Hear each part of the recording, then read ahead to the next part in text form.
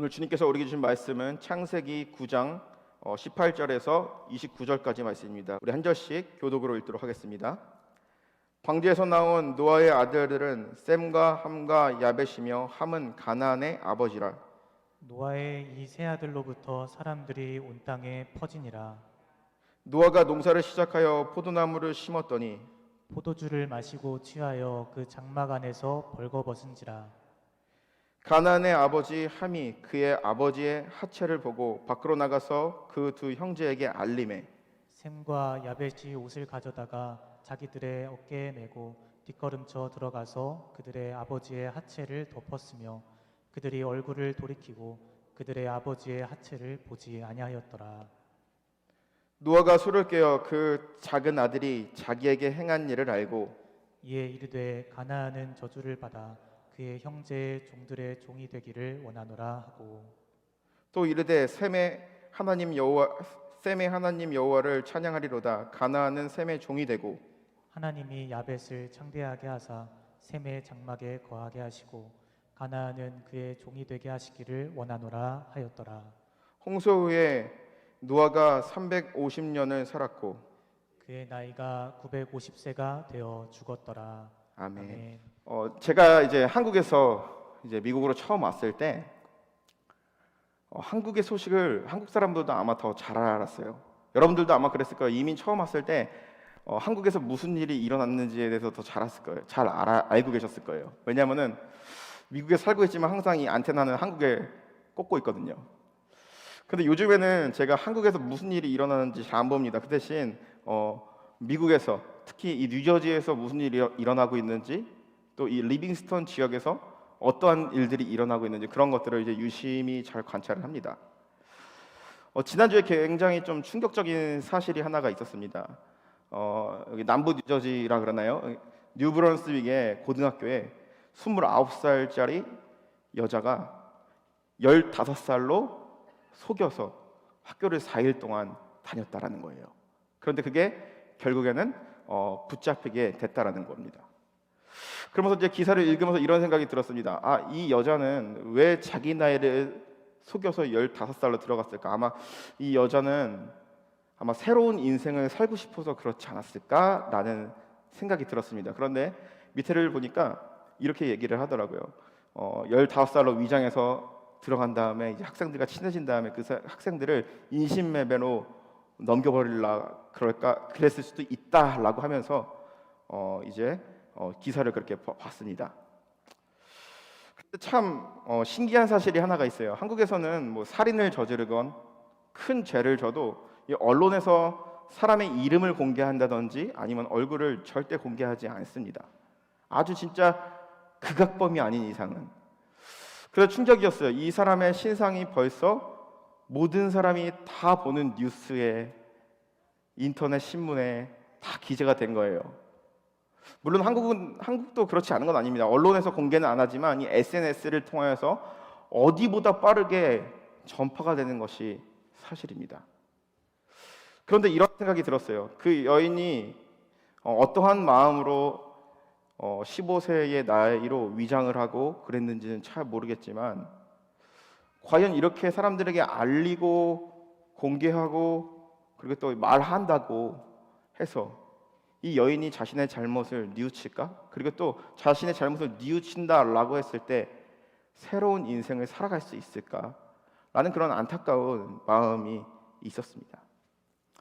오늘은 여러분들과 함께 같이 말씀을 나누도록 하겠습니다. 이제 환대의 시리즈 4번째입니다. 다음 주면은 환대의 시리즈 5번째로 끝나게 되는데 오늘의 설교 제목은 덮어주기입니다. 우리 같이 한번 따라해 보겠습니다. 덮어주기. 예, 덮어주기입니다. 오늘 우리가 읽은 이 본문을 보게 되면요, 창세기 9장의 말씀입니다. 20절에서 21절의 말씀을 보면 노아가 농사를 시작하였다라고 얘기합니다. 그런데 농사를 시작하였는데 그 농사를 시작했던 작물은 포도였습니다. 그런데 포도를 재배하고 그걸로 이제 포도주를 담궈가지고 포도주를 마시고 장막 안에서 취했다라고 이야기합니다. 벌거벗었다라고 얘기하는 것이죠. 우리가 잘 알고 있지만 어떤 사람입니까? 당대 하나님께서 인정한 였습니다. 홍수가 나서 온 세상이 물에 잠기게 되었고, 그리고 또 인간을 향한 하나님의 심판으로 모든 세상이 처음으로 리셋되었습니다. 그런데 리셋된 상황 가운데 어떠한 농사를 질 것들, 그리고 또 어떠한 노하우, 주변에 이웃도 없는 상황에서 노아는 포도 농사를 졌고 포도로 수확한 그걸로 포도주를 담가서 포도주를 마시게 되었습니다. 그런데 벌거벗고 장막에서 잤다라고 이야기합니다. 우리가 생각해 볼 때 이 술 취해서 장막에서 벌거벗고 자고 있는 이 노아가 아무도 아름답다고 생각하는 사람은 없을 것입니다. 참 추한 모습을 보이는 것이죠. 사실 근데 어떻게 생각해 보면 이 노아라는 사람은요, 당시에 영웅입니다. 큰 방주를 만들어서 세상을 구했고 그의 가족만이 지구상의 유일한 생존자였습니다. 그리고서 그러한 멋진 일들을 행하였는데 그의 모습, 세상을 구한 그 영웅의 모습은 술 취해서 벌거벗고 자는 모습이었습니다. 그리고 우리 오늘 본문을 보면 알겠지만 이 노아는요, 홍수 이후에 350년을 더 살았다라고 합니다. 그런데 이 노아의 350년간의 삶에 대해서 성경은 무엇이라고 얘기합니까? 딱 세 마디를 합니다. 술 취하고 옷 벗고 잤다. 창세기 9장 21절에 보게 되면요, 이것을 이제 히브리어로 보게 되면은 술 취하고 옷 벗고 잤다. 이 말을요 연결하는 접속사가 있습니다. 이제 히브리어로 그거를 와우 접속사라고 하는데 와우 연속법이라고 합니다. 그러니까 반복적으로 일어나는 일에 대해서 이 와우 접속사를 쓰면서 연결을 하고 있습니다. 즉 우리가 이것을 통해서 알 수 있는 것은요, 홍수 이후의 노아의 삶은요, 먹고 마시고 벌거벗고 취하고 그것이 전부였다라는 것이죠. 과거의 영웅이었던 노아의 모습은 없습니다. 어떻게 보면은 추해 보이는 노아의 모습만 드러납니다. 이것이 바로 노아의 모습만은 아닙니다. 우리 인간의 모습이죠. 인간이 굉장히 대단한 것 같지만 어떠한 영웅, 어떠한 훌륭한 사람에게도 누구에게나 흑역사라는 것을 가지고 있습니다. 즉 허물이 많고 약한 존재가 인간이라는 것이죠. 인간은 결코 완벽하지 않다라는 것이죠.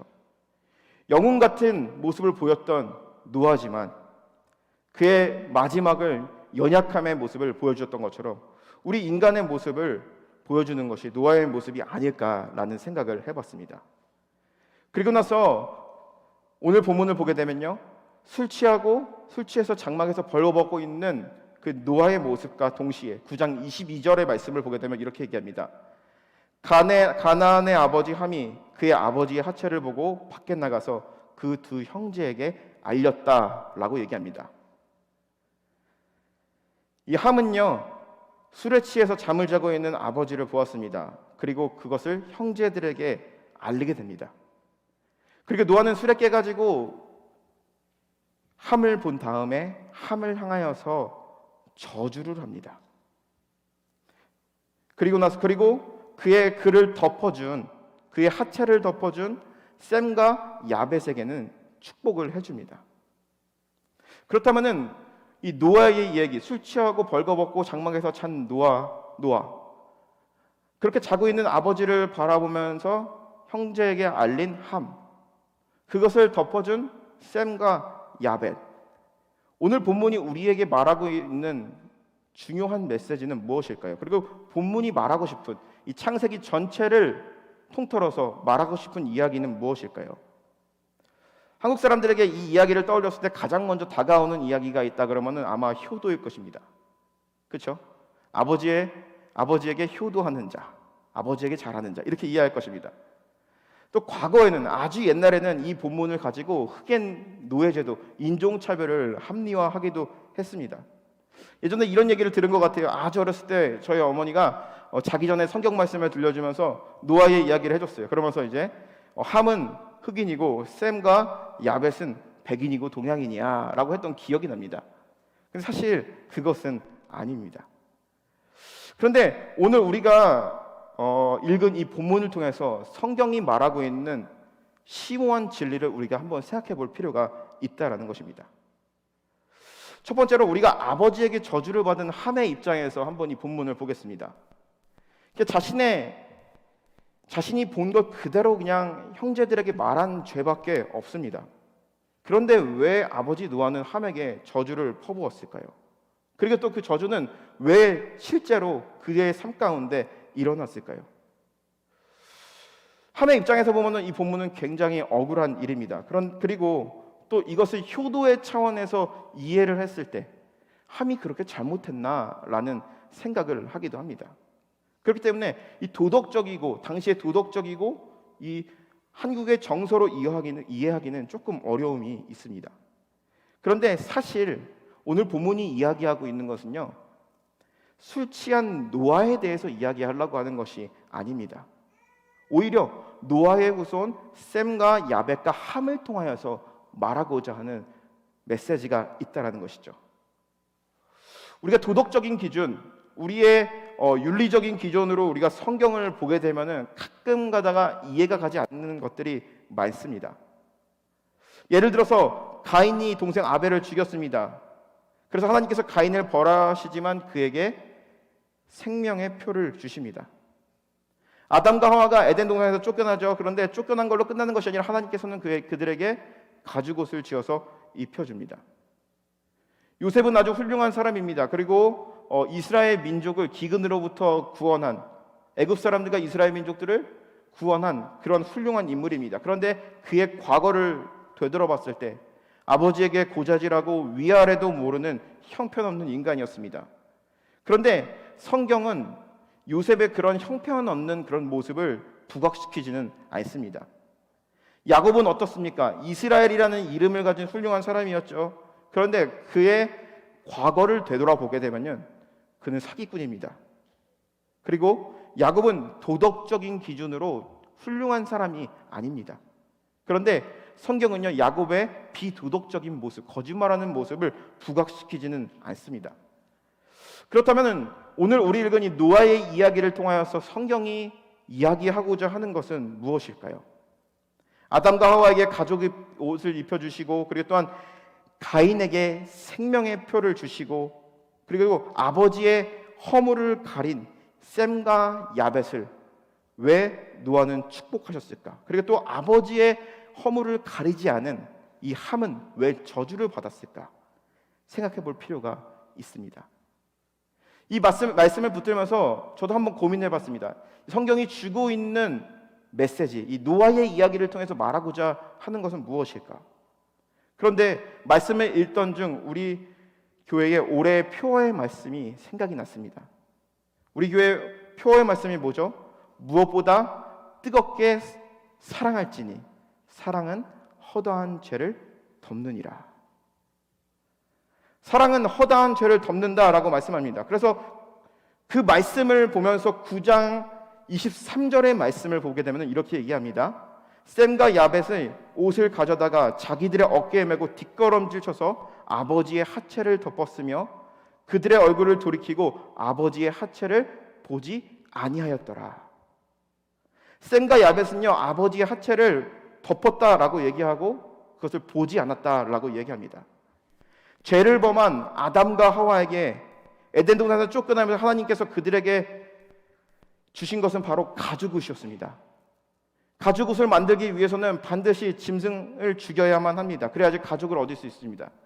그 희생을 통해서 하나님께서는 아담과 하와의 수치를 덮어주셨다는 거죠. 가인은 동생을 죽였어요. 벌을 받았어요. 평생 광야를 유랑해야 되는 그러한 인생을 살아야만 했어요. 그런데 하나님께서는 이 가인을 완전히 멸하시는 것이 아니라 그의 얼굴에, 그의 이마에 생명의 표를 붙여주셨어요. 그가 어디 가서 자신처럼 죽임을 당하지 않기 위해서라는 것이죠. 셈과 야벳은 어떠한 자였습니까? 아버지의 수치를 덮어준 자였어요. 노아의 수치를 덮어주셨어요. 하나님께서는 노아의 추태를 보고 그를 정죄하며 그를 심판하며 너는 이제 더 이상 세상의 영웅이 아니야 라고 하는 것이 아니라 그의 아들들을 통해서 그의 수치를 덮어줬다라는 이야기입니다. 그의 허물을 덮어주셨어요.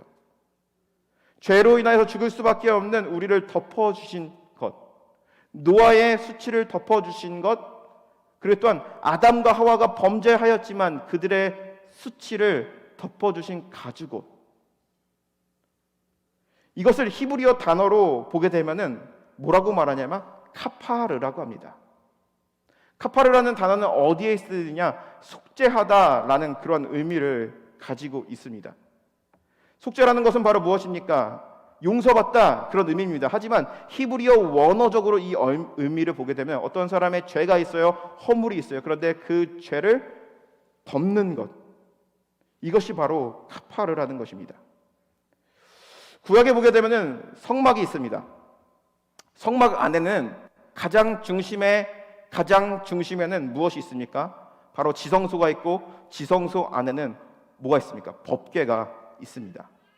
이 법궤 안에는 무엇이 들어있죠? 아론의 쌍난 지팡이가 있고요, 그리고 또 만나의 항아리가 있고, 그리고 십계명 돌판이 있습니다. 그리고 이 덮개를 덮는 그 뚜껑이 있습니다. 그리고 이 뚜껑을 뭐라고 말합니까? 속죄소라고 얘기합니다.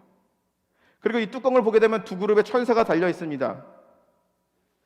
즉 이런 것이죠. 그리고 또 예배를 드릴 때 보게 되면은 제사장이 피를 찍어서 그 속죄소에 천사의 날개에 있는데 그것을 뿌리게 됩니다. 즉 이런 것이죠.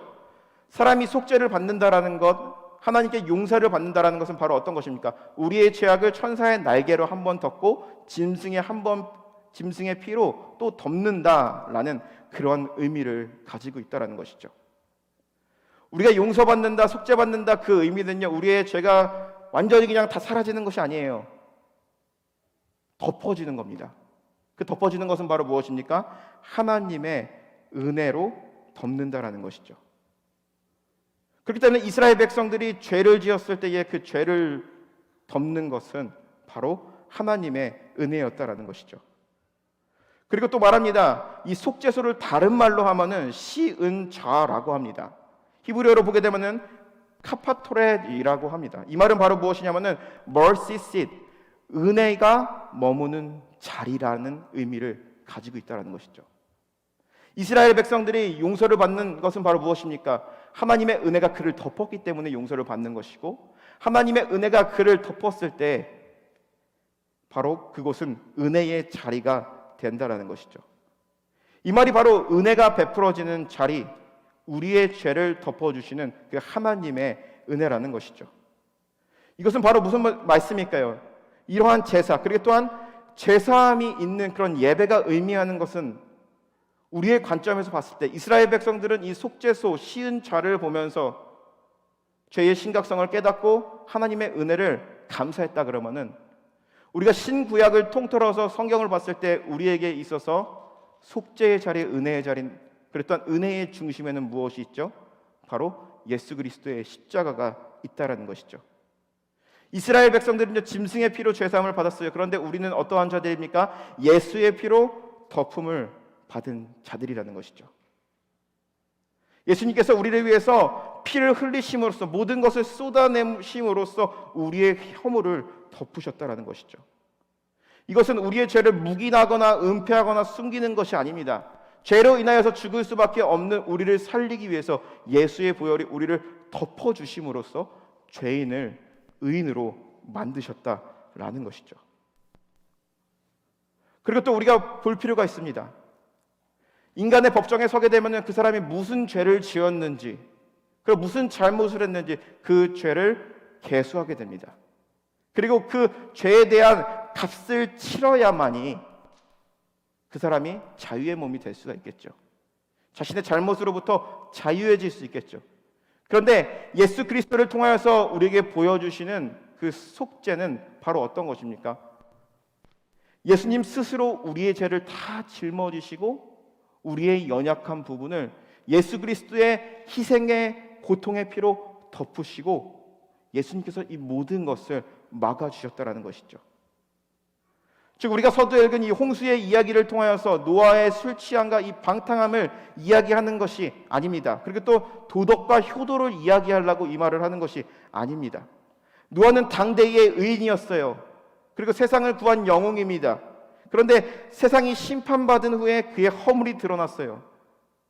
그런데 하나님께서는요, 그 두 아들을 통해서 그의 허물을 덮어주시고 노아의 수치스러움을 드러내는 것이 아니라 그가 하나님의 사람으로서 의인으로 살 수 있게 도와줬다라는 것이죠. 시편 32편 1절에서 2절에 보면 이야기합니다.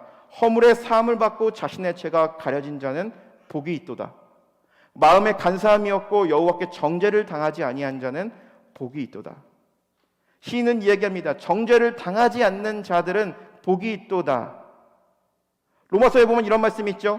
그러므로 이제 그리스도 예수 안에 있는 자는 정죄함이 없나니 이는 그리스도 안에서 생명의 성령의 법이 사망의 생명의 법에서 너를 해방하였노라. 우리가 예수 그리스도로 말미암아 예수의 보혈로 우리가 속죄함 받고 용서받았다는 것은 바로 무엇입니까? 우리의 죄를 들추거나 우리의 죄를 세상에 알리거나 그런 것이 아니라 우리의 죄를 덮어주시고 덮어주신 그 은혜에 감사하며 우리가 회개하게 되고 그래 또한 그로 인하여서 하나님의 사랑, 하나님의 은혜를 알게 되는 것이죠. 즉 우리가 우리의 죄에 대해서 속죄받고 용서받는다라는 것은요, 바로 하나님의 환대의 축복이 우리 가운데 있다라는 것이죠. 하나님께서 먼저 우리를 사랑하셔서 먼저 우리를 생각하셔서 그것을 덮어주셨다라는 것이죠. 그렇다면 오늘 성경이 말하는 것은 바로 무엇입니까? 주님께 덮어주심을 받은 자, 주님께 용서받은 자, 우리의 허물을 덮어주시는 그 주님의 은혜를 아는 자들은 다른 사람을 향하여서, 이웃을 향하여서, 나의 가족을 향하여서, 공동체에 있는 사람을 향하여서 그들의 허물을 덮어주고 안아주고 사랑하는 그런 공동체가 되어야 한다는 것이죠. 잘못을 숨기고 은폐하라는 것이 아닙니다. 예수 그리스도께서 우리의 죄와 허물을 덮어주셨듯이, 수치스러움을 예수의 보혈로 덮어주셨듯이 우리 또한 다른 사람의 허물을 덮어주고 품어주고 안아주는 사람이 되어야 한다는 것이죠. 그것이 바로 주님께서 우리에게 말씀하신, 노아의 말씀을 통하여서 우리에게 말씀하시는 환대라는 것이죠. 세상은 어떻습니까? 세상은 어떠한 사람이 잘못을 하면은 없는 말까지 지어내며 마치 불나방과 같이 달려들면서 그 사람의 속옷까지 벗겨버리는 것이 바로 인간입니다. 완전한 수치를 줍니다. 그리고 또한 그 사람이 다시금 살아갈 수 없게 절망에 빠지게 만들어버립니다.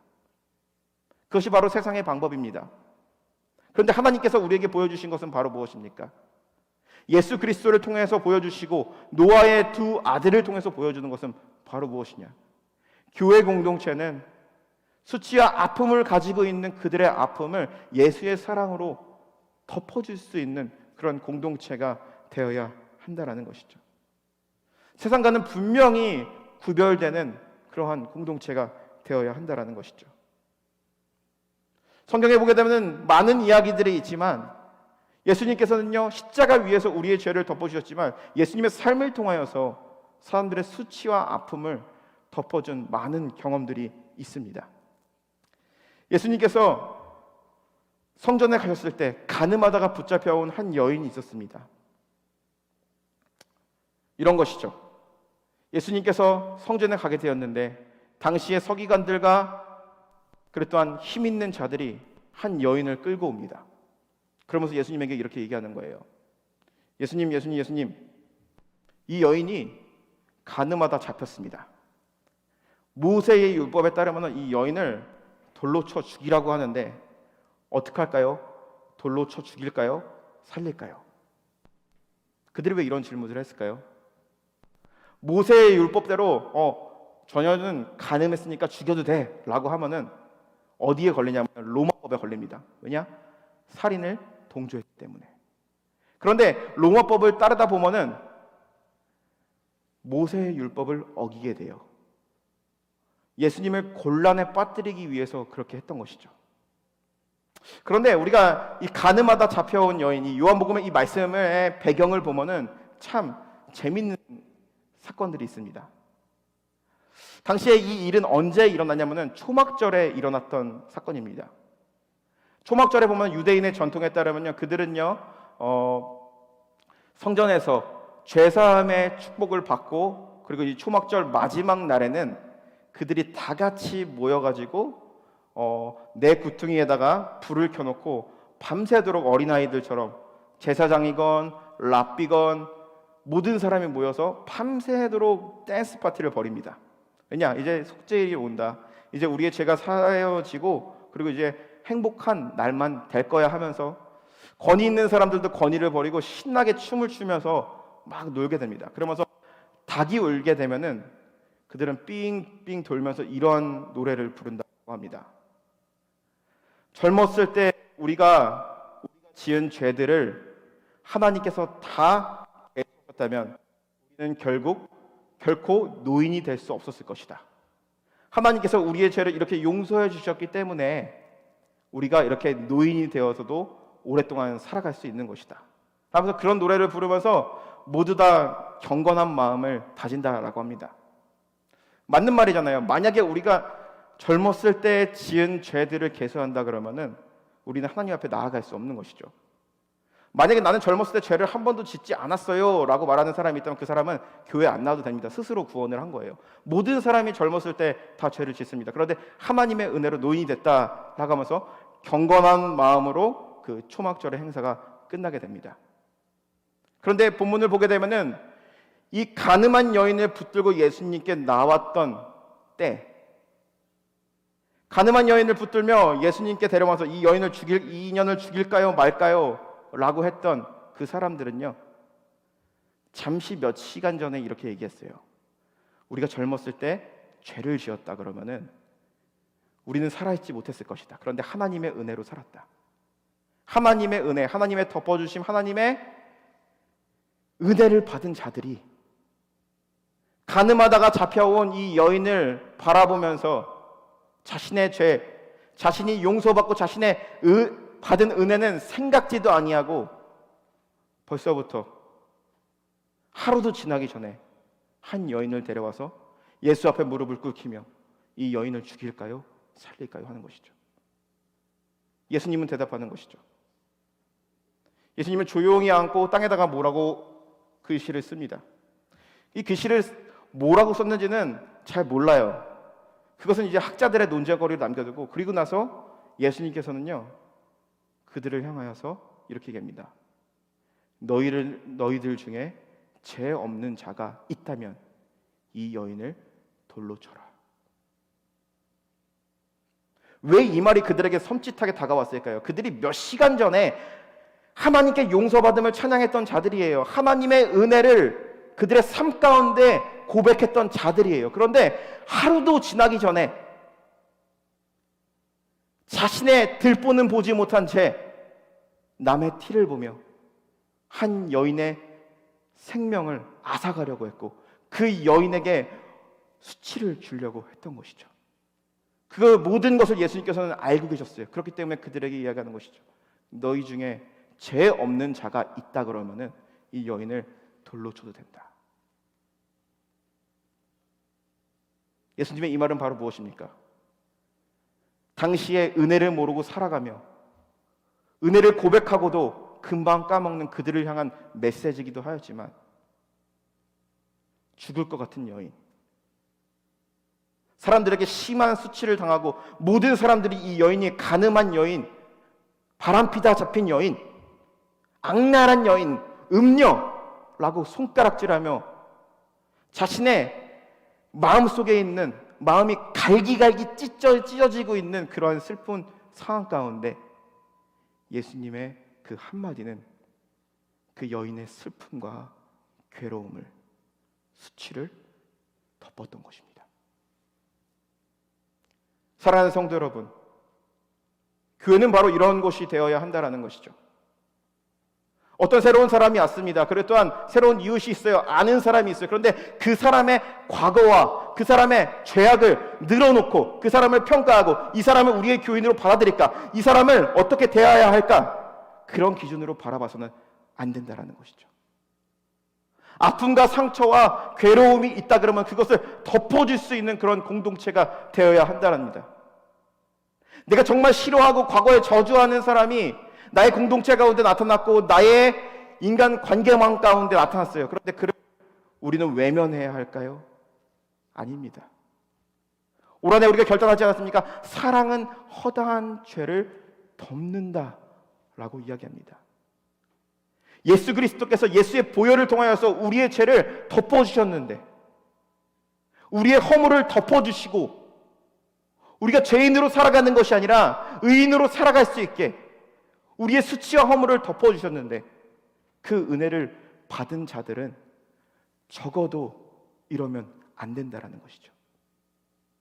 사랑하는 성도 여러분, 2023년 우리가 환대라는 주제로 나아갑니다. 그런데 우리가 이 환대라는 주제로 기도하며 정말 열려있는 교회, 환영하는 교회, 사랑하는 교회라면은 먼저 우리의 이웃의 아픔, 우리의 성도의 아픔부터 덮어주고 헤아려주는 자들이 되어야 합니다. 그리고 남의 허물이 있다면 그것을 들춰내는 것이 아니라 그 사람의 허물을 덮어주고 진심으로 사랑하며 나아가야 한다라는 것이죠. 그렇게 나아갔을 때 마치 노아의 이야기를 통하여서 셈과 야벳이 하늘의 축복을 받았던 것처럼 우리에게 하나님이 주시는 기쁜 축복이 우리 가운데 거한다라는 것을 믿으며 나아가시는 저와 여러분들이 되시기를 주님의 이름으로 간절히 축원합니다. 환대하는 교회 되었으면 좋겠습니다. 어떠한 잘못을 은폐하라는 것이 아니에요. 숨기라는 것이 아니에요. 모른 척하라는 것이 아니에요. 덮어주라는 거예요. 나 몰라라 하는 것이 아니라 사랑으로 덮어주는 거예요. 허물이 있고 죄가 있는 사람의 마음은 얼마나 아프겠습니까? 이것이 드러날까 봐. 이것이 드러나서 세상 사람들이 나를 외면하며 손가락질할까 봐. 그것이 얼마나 두렵겠습니까? 세상의 공동체는요, 아무리 선하다 그러고 아무리 의롭다 그러고 아무리 정의롭다 그래도 주님이 우리에게 보여주셨던, 주님이 덮어주셨던 그 십자가의 사랑을 이뤄낼 수 없습니다. 하지만 교회가 이 땅의 소망이라고 말하지 않습니까? 교회가 이 땅의 소망이며 하나님의 집이라고 얘기하지 않습니까? 교회만이, 하나님의 사랑만이, 예수 그리스도의 사랑만이 가능할 수 있다라는 것입니다.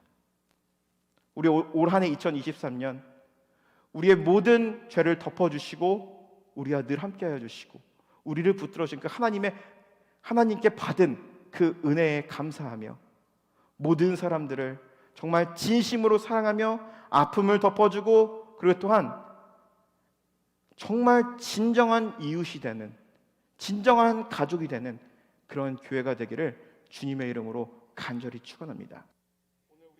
이 말씀을 붙들면서 한 주간 살아갈 때 이 말씀으로 말미암아 힘있고 주님이 주시는 그 은혜와 그 은혜를 우리의 가정 가운데, 삶 가운데, 직장 가운데, 비즈니스 가운데 이루어며 나가시는 저와 여러분 되시기를 주님의 이름으로 간절히 축원합니다. 기도하겠습니다.